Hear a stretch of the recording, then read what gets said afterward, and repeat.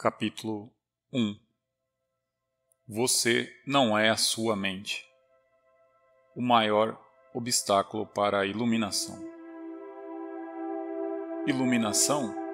O que é isso? Por mais de 30 anos, o mendigo ficou sentado no mesmo lugar, debaixo de uma marquise. Até que um dia uma conversa com um estranho mudou a sua vida.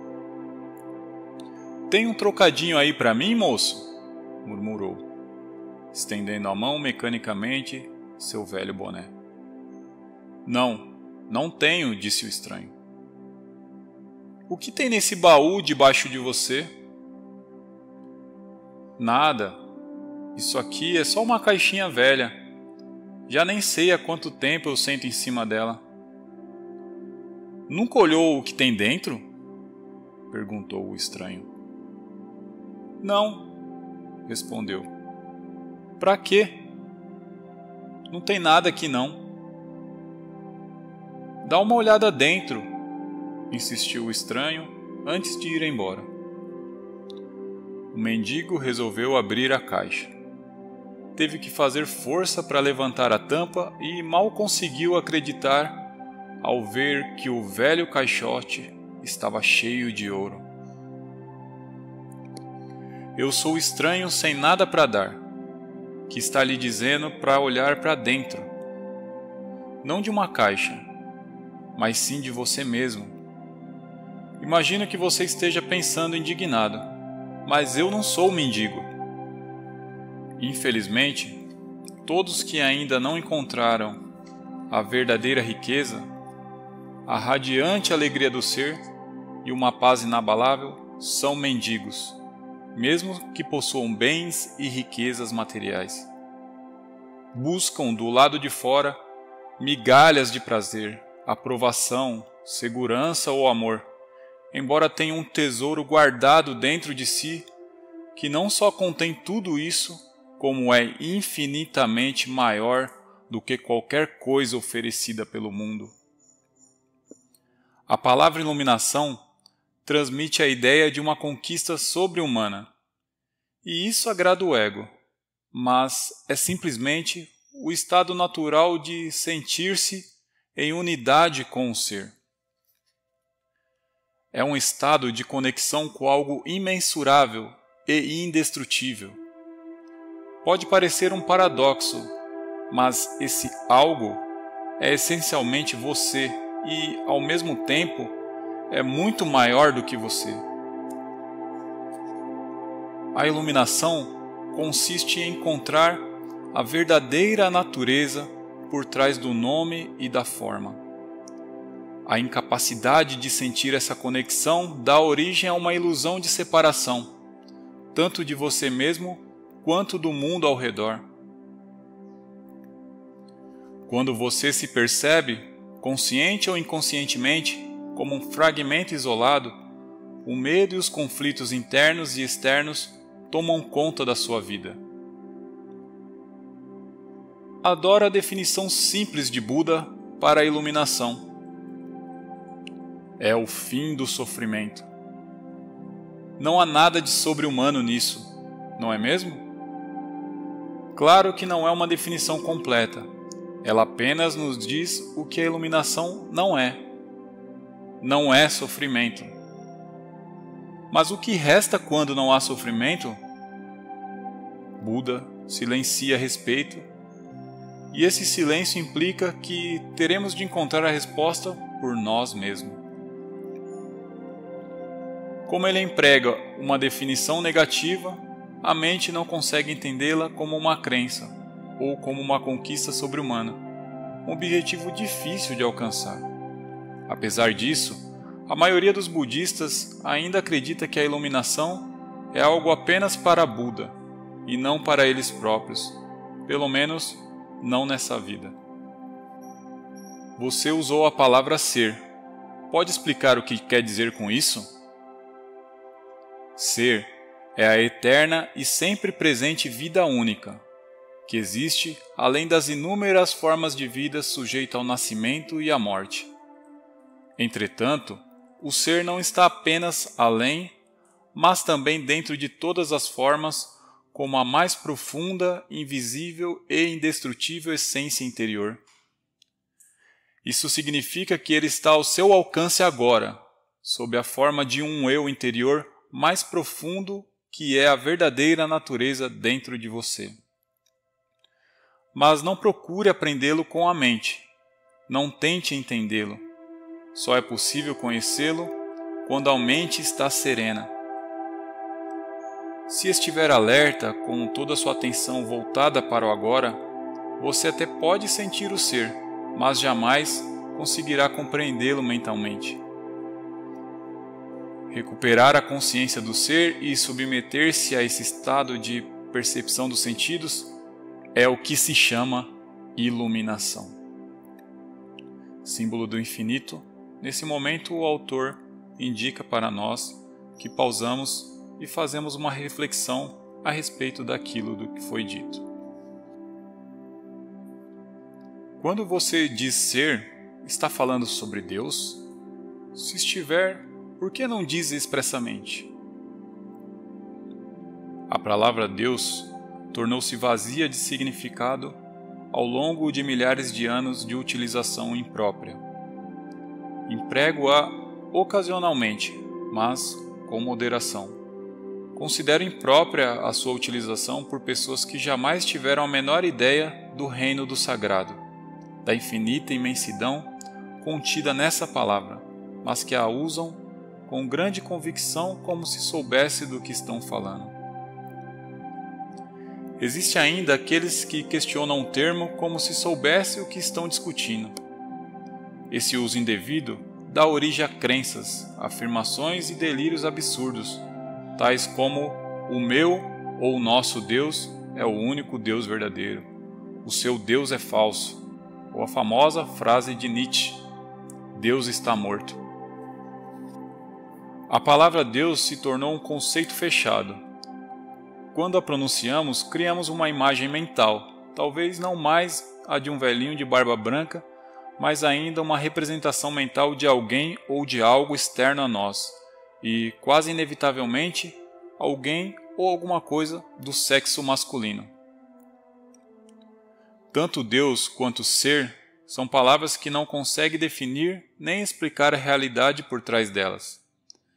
Ser, entretanto, tem a vantagem de sugerir um conceito aberto.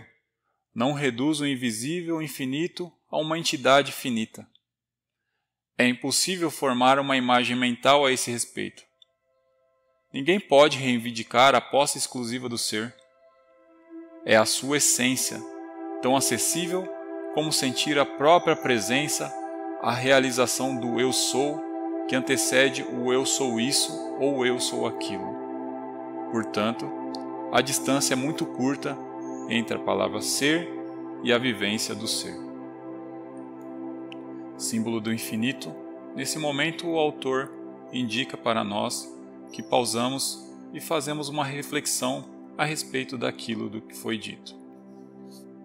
Qual o maior obstáculo para vivenciar essa realidade? Identificar-se com a mente, o que faz com que estejamos sempre pensando em alguma coisa. Ser incapaz de parar de pensar é uma aflição terrível, mas ninguém percebe porque quase todos nós sofremos disso e, então, consideramos uma coisa normal. O ruído mental incessante nos impede de encontrar a área de serenidade interior, que é inseparável do ser.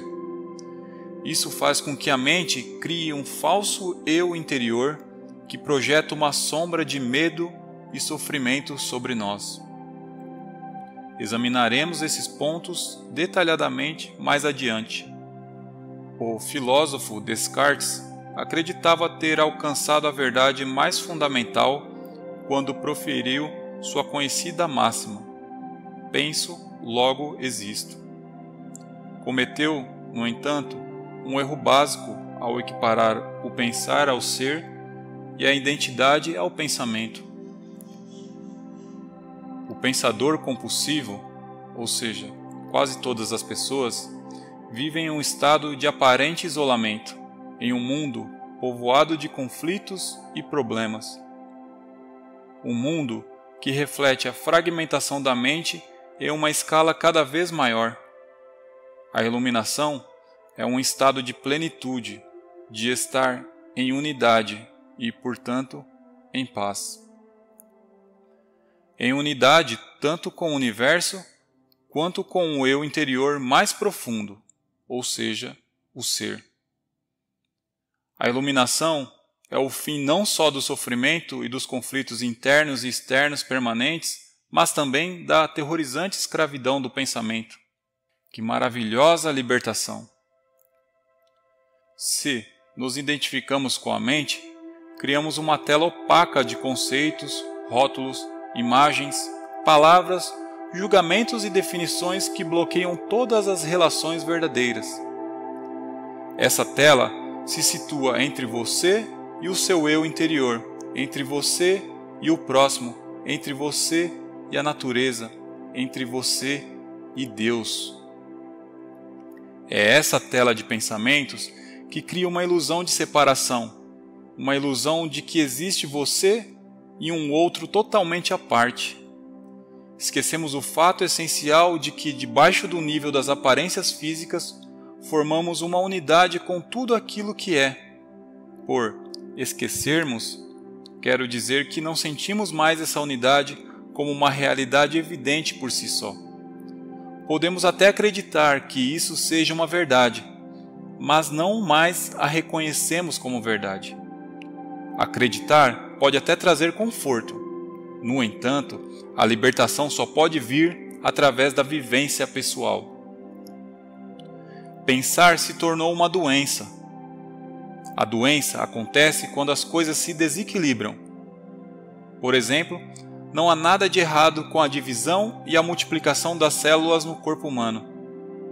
Mas, quando esse processo acontece sem levar em conta o organismo como um todo, as células se proliferam e temos a doença. Se for usada corretamente, a mente é um instrumento magnífico. Entretanto, quando a usamos de forma errada, ela se torna destrutiva. Para ser ainda mais preciso, não é você que usa a sua mente de forma errada. Em geral, você simplesmente não usa a mente. É ela que usa você. Essa é a doença. Você acredita que é a sua mente. Eis aí o delírio. O instrumento se apossou de você. Não concordo muito com isso. É verdade que penso muito sem um objetivo definido, como a maioria das pessoas, mas ainda posso escolher como usar a minha mente para ter e conseguir coisas, e faço isso o tempo todo. Só porque podemos resolver palavras cruzadas ou construir uma bomba atômica, não significa que estejamos usando a mente. Assim como os cães adoram mastigar ossos, a mente adora transformar dificuldades em problemas. É por isso que ela resolve palavras cruzadas e constrói bombas atômicas. Mas essas coisas não interessam a você. Pergunto então, você consegue se livrar da sua mente quando quer? Já encontrou o botão que a desliga? A ideia é parar de pensar completamente? Não consigo a não ser por 1 ou 2 segundos. Então, é porque a mente está usando você. Estamos tão identificados com ela que nem percebemos que somos os seus escravos. É quase como se algo nos dominasse sem termos consciência disso e passássemos a viver como se fôssemos a entidade dominadora. A liberdade começa quando percebemos que não somos a entidade dominadora, o pensador. Saber disso nos permite observar a entidade.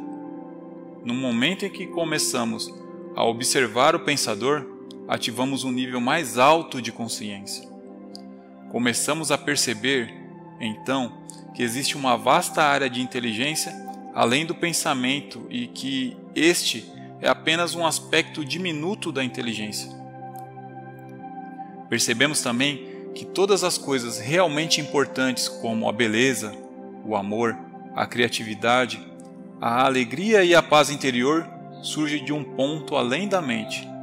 É quando começamos a acordar. Símbolo do infinito. Pause e reflita sobre aquilo que foi dito, libertando-se da sua mente. O que você quer dizer exatamente por observar o pensador? Quando alguém vai ao médico e diz: "Ouço uma voz dentro da minha cabeça", provavelmente será encaminhado a um psiquiatra. De uma forma ou de outra, praticamente todas as pessoas ouvem uma voz, ou algumas vozes, o tempo todo dentro da cabeça. São os processos involuntários do pensar que acreditamos que não podemos interromper, manifestando-se como monólogos ou diálogos contínuos. Você já deve ter cruzado na rua com pessoas doidas, falando sem parar ou resmungando consigo mesmo. Isso não tem nada de diferente do que acontece com você ou com outras pessoas normais, exceto que você não fala alto. A voz comenta, especula, julga, compara, desculpa, gosta, desgosta, etc. A voz não precisa ser relevante para a situação do momento, pois ela pode estar revivendo o passado recente ou remoto, ou ensaiando ou imaginando possíveis situações futuras. Neste último caso, ela imagine sempre as coisas indo mal e com resultados desfavoráveis. É o que se chama de preocupação.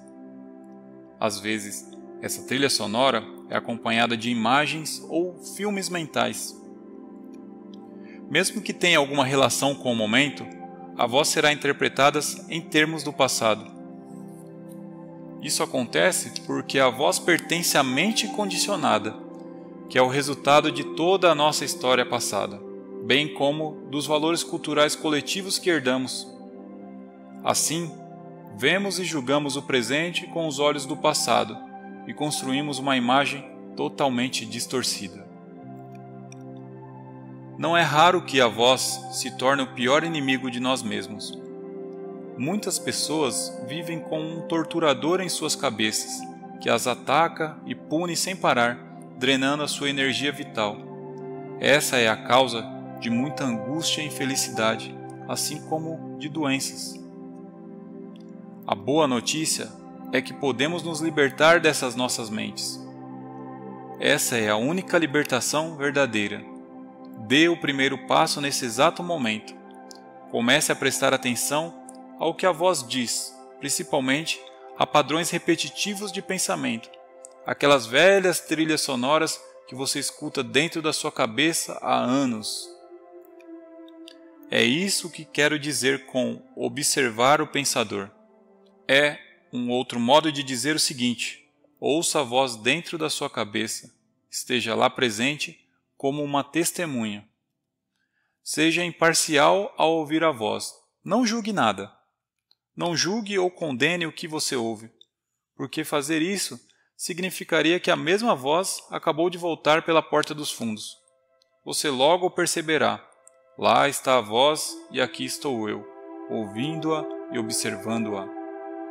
Sentir a própria presença não é um pensamento, é algo que surge de um ponto além da mente. Símbolo do infinito. Pause e reflita sobre aquilo que foi dito.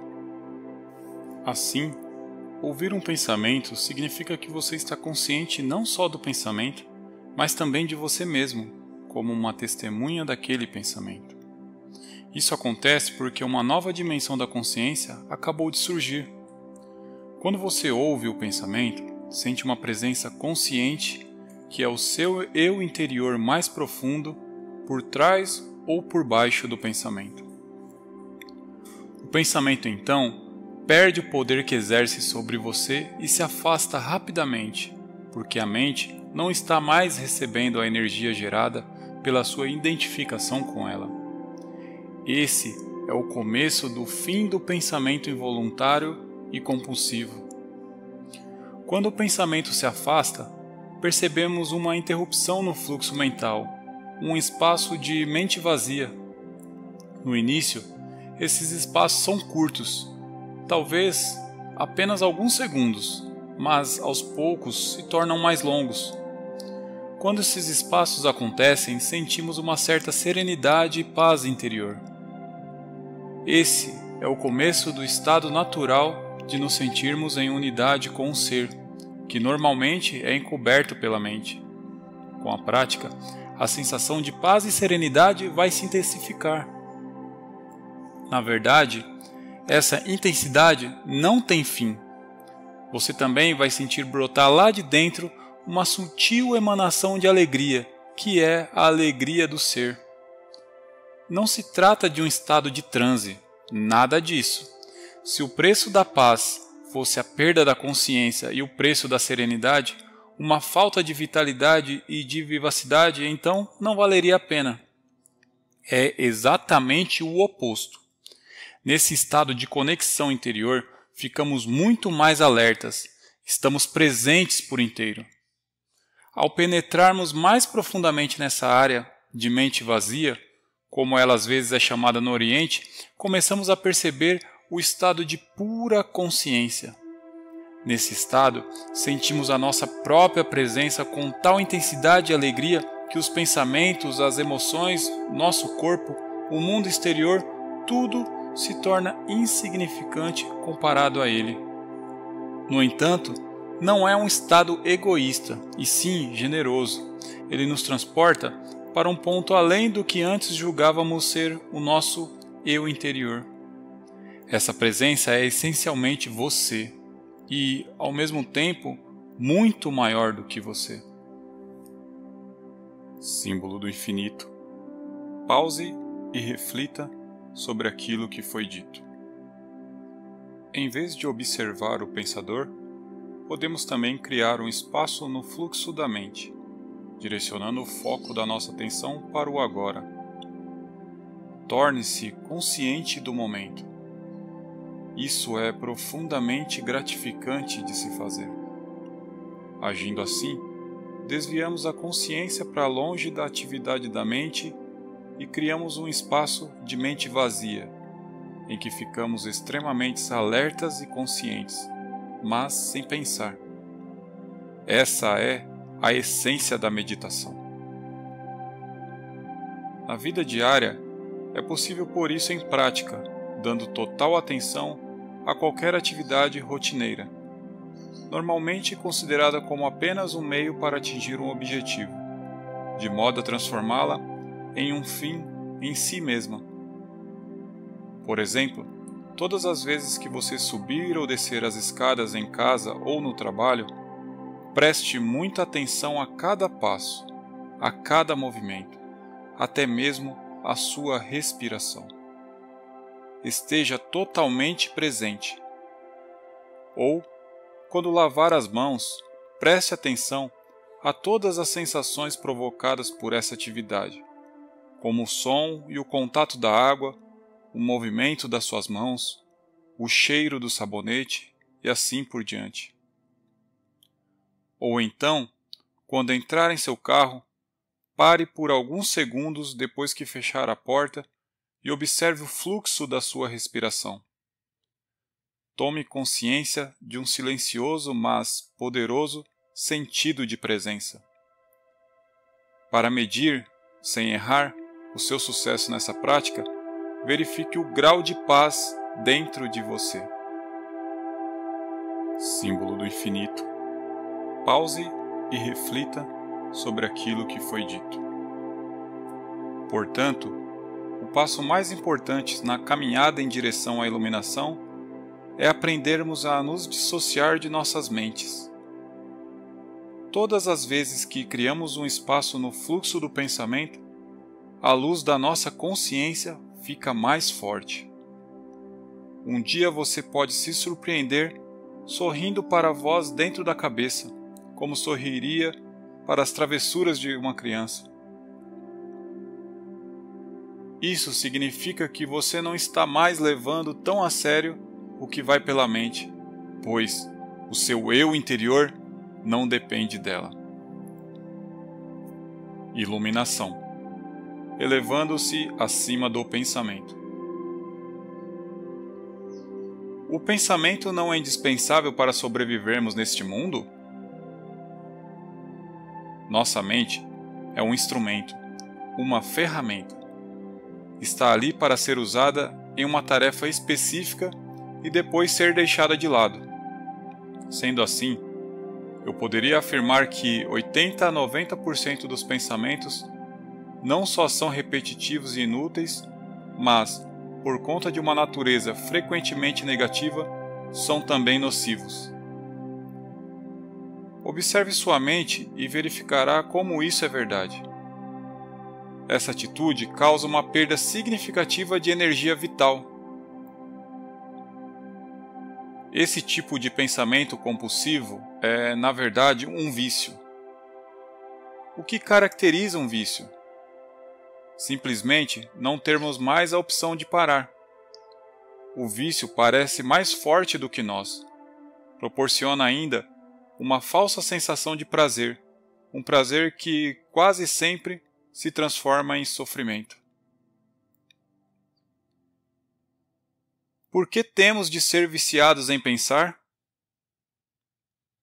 Porque estamos identificados com esse processo, já que a percepção do eu interior tem origem no conteúdo e na atividade de nossas mentes.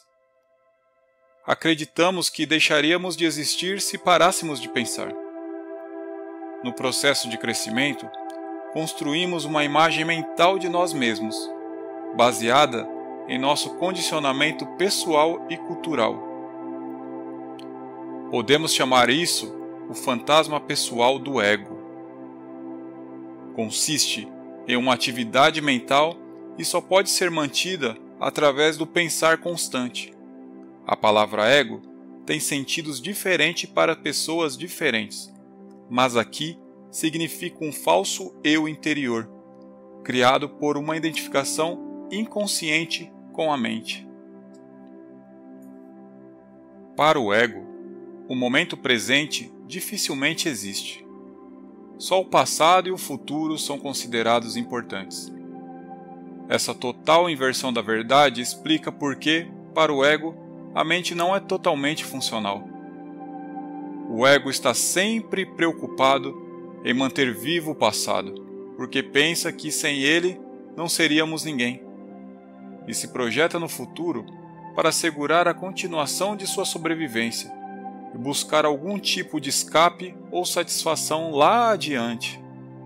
Ele diz assim: um dia, quando isso ou aquilo acontecer, vou ficar bem, feliz e em paz. Mesmo quando o ego parece estar preocupado com o presente, não é o presente que ele vê, porque constrói uma imagem completamente distorcida a partir do passado. Ou então, reduz o presente a um meio para obter o fim desejado, um fim que consiste em um futuro projetado pela mente. Observe sua mente e verá que é assim que ela funciona. O momento presente tem a chave para a libertação, mas você não conseguirá percebê-lo enquanto você for a sua mente. Não quero perder a minha capacidade de analisar e criticar. Não me importo em aprender a pensar de forma mais clara, com um sentido mais direcionado, mas não quero perder esse dom que considero o bem mais precioso que temos. Sem ele, seríamos apenas mais uma espécie animal. O predomínio da mente é apenas um estágio na evolução da consciência. Precisamos, urgentemente, passar ao próximo estágio, senão seremos destruídos pela mente, que se transformou em um monstro. Falarei sobre isso em detalhes mais adiante. Pensamento e consciência não são sinônimos. O pensamento é um pequeno aspecto da consciência. O pensamento não consegue existir sem a consciência, mas a consciência não necessita do pensamento. A iluminação significa chegar ao nível acima do pensamento e não ficar abaixo dele, ao nível de um animal ou de uma planta. No estado iluminado, continuamos a usar nossas mentes quando necessário, mas de um modo mais focalizado e eficiente. Assim, utilizando nossas mentes com objetos práticos, não ouvimos mais o diálogo interno involuntário e sentimos uma enorme serenidade interior. Quando usamos de fato nossas mentes e, em especial, quando necessitamos de uma solução criativa, há uma oscilação de segundos entre o pensamento e a serenidade, entre a mente e a mente vazia. O estado de mente vazia é a consciência sem o pensamento. Só assim é possível pensar criativamente, porque somente desse modo o pensamento tem alguma força real. O pensamento sozinho, não mais conectado com a área da consciência, que é muito mais ampla, rapidamente se torna árido, doentio e destrutivo. A mente é, em essência, uma máquina de sobrevivência. Ela executa muitas coisas boas quando, por exemplo, ataca outras mentes e se defende delas, coleta, armazena e analisa uma informação, mas não é nada criativa. Todo artista verdadeiro, quer tenha ou não consciência disso, cria a partir de um lugar de mente vazia, que se origina de uma serenidade interior. A mente, então, dá forma ao impulso criativo ou insight. Até mesmo os grandes cientistas têm relatado que as suas descobertas mais originais aconteceram em um momento de serenidade mental. Uma pesquisa nacional realizada com alguns dos matemáticos mais preeminentes que já atuaram nos Estados Unidos, incluindo Einstein, para estudar seus métodos de trabalho, mostrou que o pensamento é apenas uma parte secundária da fase breve e decisiva do ato criativo em si. Logo, eu poderia dizer que a maioria dos cientistas não é criativa, não porque não sabe pensar, mas sim porque não sabe como parar de pensar. Não foi a mente nem o pensamento que criou o milagre da vida ou nossos corpos. É claro que existe uma inteligência de uma dimensão muito maior do que a da mente, trabalhando para manter tudo isso funcionando, como uma simples célula humana, que mede 1/1000 de 25,4 milímetros, pode conter instruções dentro do DNA que encheriam 1000 livros de 600 páginas cada um. Quanto mais aprendemos sobre o funcionamento do corpo, mais percebemos como é vasta a inteligência que age dentro dele e como sabemos pouco a esse respeito. Quando a mente se relaciona com o corpo, transforma-se na mais maravilhosa das ferramentas. Serve, então, a alguma coisa maior do que ela mesma. Emoção, a reação do corpo à mente. E quanto às emoções? Elas me dominam muito mais do que a minha mente. A mente, no sentido em que emprego o termo, não é apenas pensamento.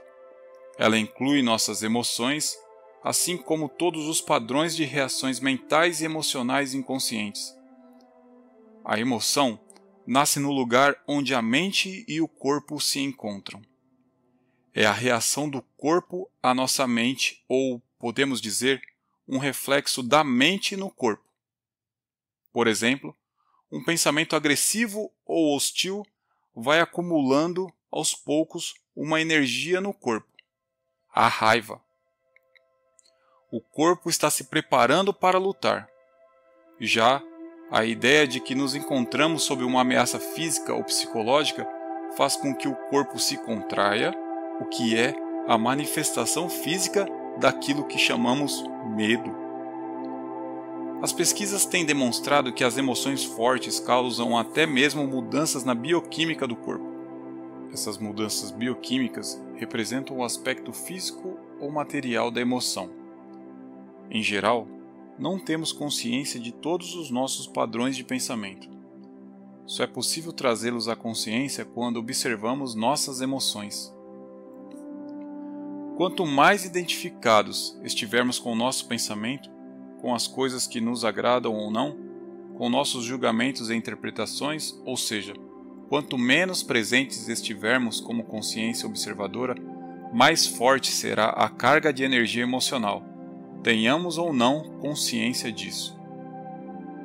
Se você não consegue sentir as suas emoções, se as mantém à distância, terminará por senti-las em um nível puramente físico, como um sintoma ou um problema físico.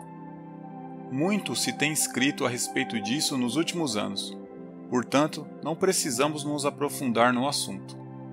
É possível que um forte padrão emocional inconsciente venha a se manifestar como um acontecimento externo, algo que parece acontecer só com você. Por exemplo, tenho observado que as pessoas que guardam muita raiva dentro de si, mesmo sem ter consciência e sem falar sobre o assunto, são mais propensas a ser atacadas verbalmente ou até mesmo fisicamente por outras pessoas cheias de raiva, com frequência, sem qualquer motivo aparente.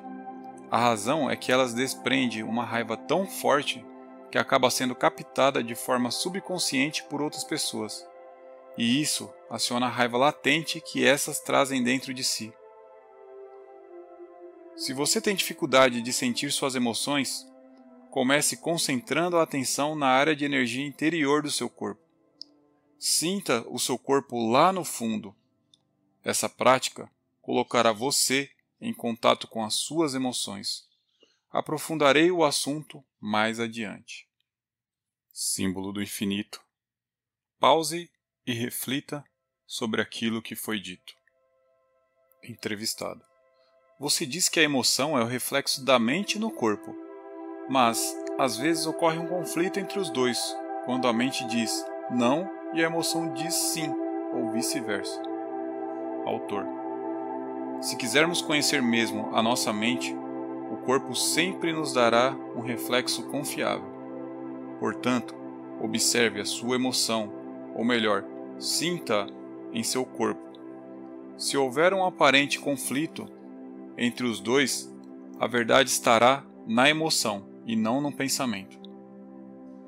Não há verdade definitiva sobre quem você é, mas a verdade relativa ao estado da sua mente naquele momento.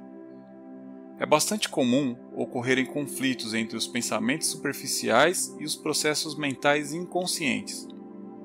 Mesmo que você ainda não seja capaz de trazer a sua atividade mental inconsciente para um estado de consciência sob a forma de pensamento, ela estará sempre refletida no seu corpo como uma emoção, e isso você pode passar a perceber. Observar uma emoção por esse ângulo é basicamente o mesmo que ouvir ou observar um pensamento, como descrevi anteriormente. A única diferença é que o pensamento está na sua cabeça, enquanto a emoção, por conter um forte componente físico, se manifesta em primeiro lugar no corpo. Você pode permitir que a emoção esteja ali, sem deixar que ela assuma o controle. Você não é mais a emoção, você é o observador, a presença que observa. Ao praticar isso, tudo que está inconsciente será trazido à luz da sua consciência. Entrevistado. Então, observar nossas emoções é tão importante quanto observar nossos pensamentos? Autor. Sim. Habitue-se a perguntar o que está acontecendo com você nesse exato momento. Essa questão lhe indicará a direção certa. Mas não analise, apenas observe. Concentre a sua atenção dentro de você. Sinta a energia da emoção. Se não há emoção presente, concentre sua atenção mais fundo no campo da energia interna do seu corpo. Essa é a porta de entrada para o ser. Símbolo do infinito. Pause e reflita sobre aquilo que foi dito. Uma emoção, em geral, representa um padrão de pensamento amplificado e energizado.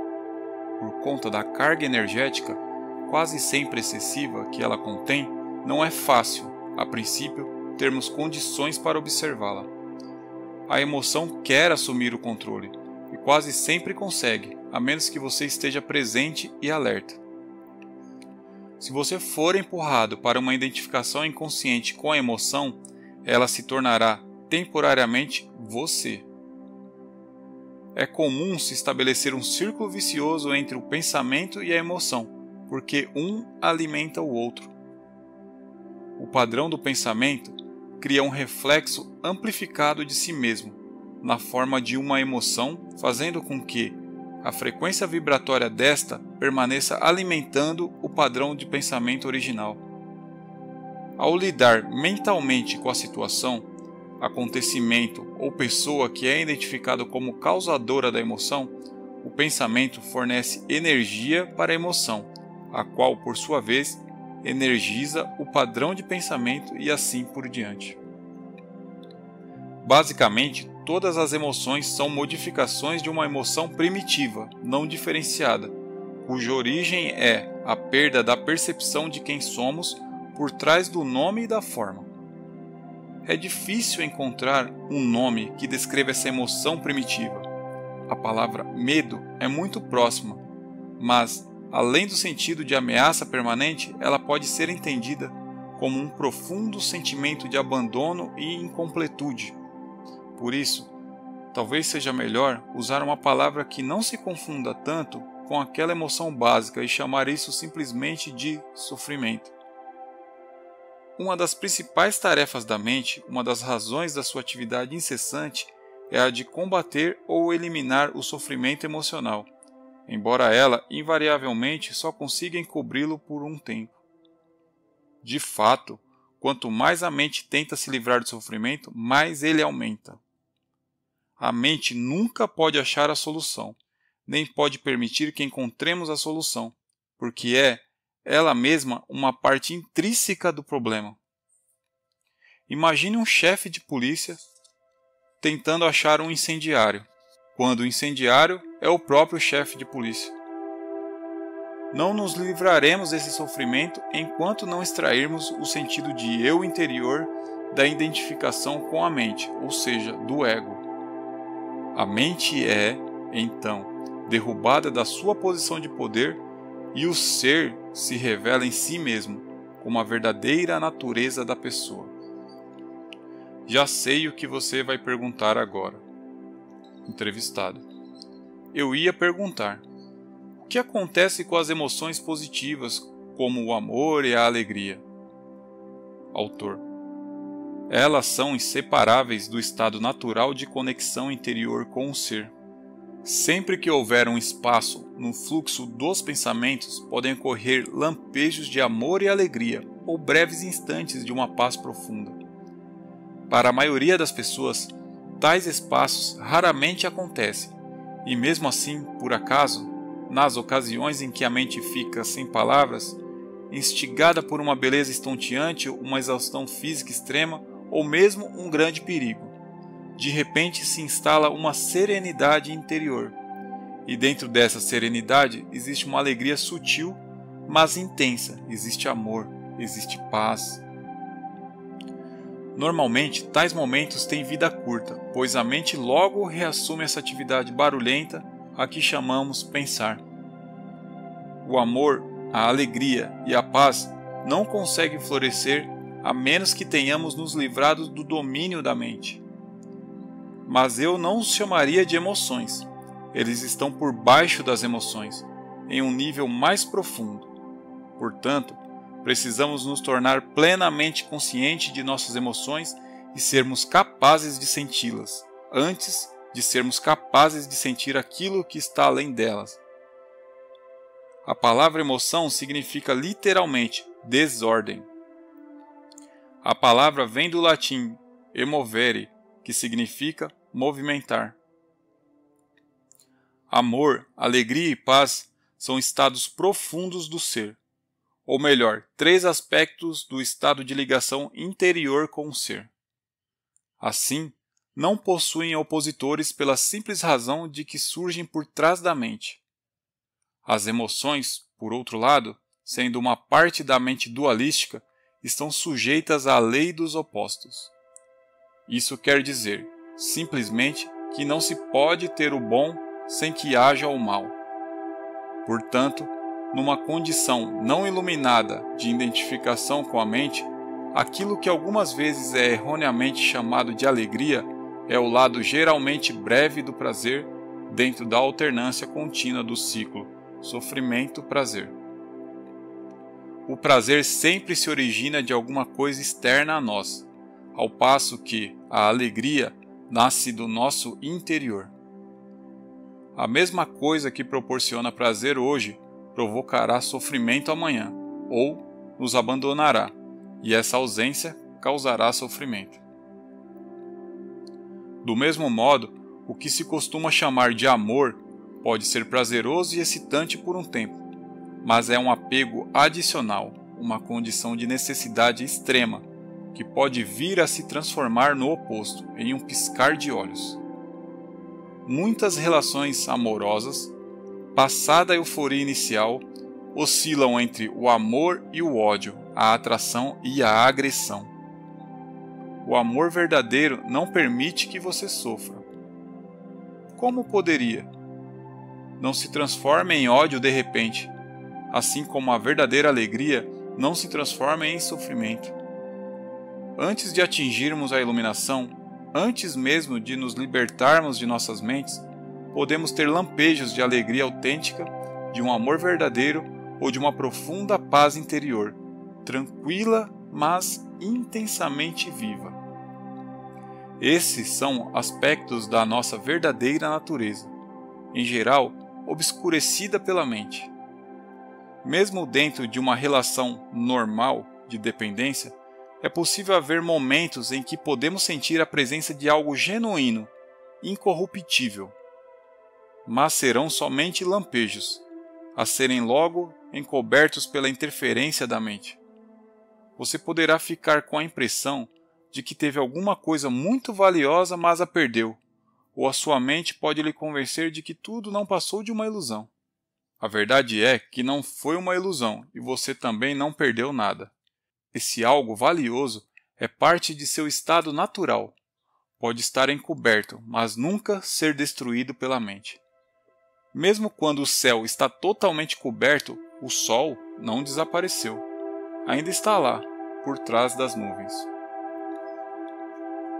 Entrevistado: Buda diz que a dor ou sofrimento surge através de desejos ou anseios e que para se libertar da dor é preciso romper as amarras do desejo. Autor: Todos os anseios nascem da busca da mente por salvação ou satisfação nas coisas externas e no futuro, como substitutos da alegria do ser. Se somos nossas mentes, somos aqueles anseios, aquelas necessidades, desejos, apegos e aversões. Fora deles não existe o eu, exceto como uma mera possibilidade, um potencial não preenchido, uma semente que ainda não germinou. Nessa condição, até mesmo o desejo de nos tornarmos livres ou iluminados não passa de mais um desejo a ser realizado ou concluído no futuro. Portanto, não busque se libertar do desejo ou adquirir a iluminação. Torne-se presente, esteja lá, como um observador da mente. Em lugar de citar Buda, seja o iluminado, que é o que a palavra Buda significa. Os seres humanos têm vivido enredados pelo sofrimento por séculos, desde que decaíram do estado de graça e penetraram no domínio do tempo e da mente e perderam a percepção do ser. Nesse momento, começaram a se perceber como fragmentos sem sentido em um universo estranho, sem conexão com a fonte e com o seu semelhante. Enquanto estivermos identificados com as nossas mentes, o que significa dizer, enquanto estivermos inconscientes espiritualmente, o sofrimento será inevitável. Refiro-me aqui ao sofrimento emocional, que é também a causa principal do sofrimento físico e da doença. O ressentimento, o ódio, a autopiedade, a culpa, a raiva, a depressão, o ciúme e até mesmo uma leve irritação são formas de sofrimento. E qualquer prazer ou forte emoção contém em si a semente do sofrimento. é um inseparável oposto que se manifestará com o tempo. Quem já tomou bebidas alcoólicas ou drogas para ficar alto, sabe que o alto se transforma em baixo, que o prazer se torna uma forma de sofrimento. A maioria das pessoas também sabe, por experiência própria, como uma relação íntima pode se transformar de modo fácil e rápido de fonte de prazer em fonte de sofrimento. Vistas de uma perspectiva mais ampla, tanto a polaridade negativa quanto a positiva são lados de uma mesma moeda, são partes de um sofrimento que está oculto e inseparável do estado da consciência identificada com a mente. Existem dois níveis de sofrimento, o que você cria agora e o que tem origem do passado, que ainda vive em sua mente e no seu corpo. Deixar de criar sofrimento no presente e dissolver o sofrimento do passado é sobre isso que desejo falar com você agora. Fim do primeiro capítulo.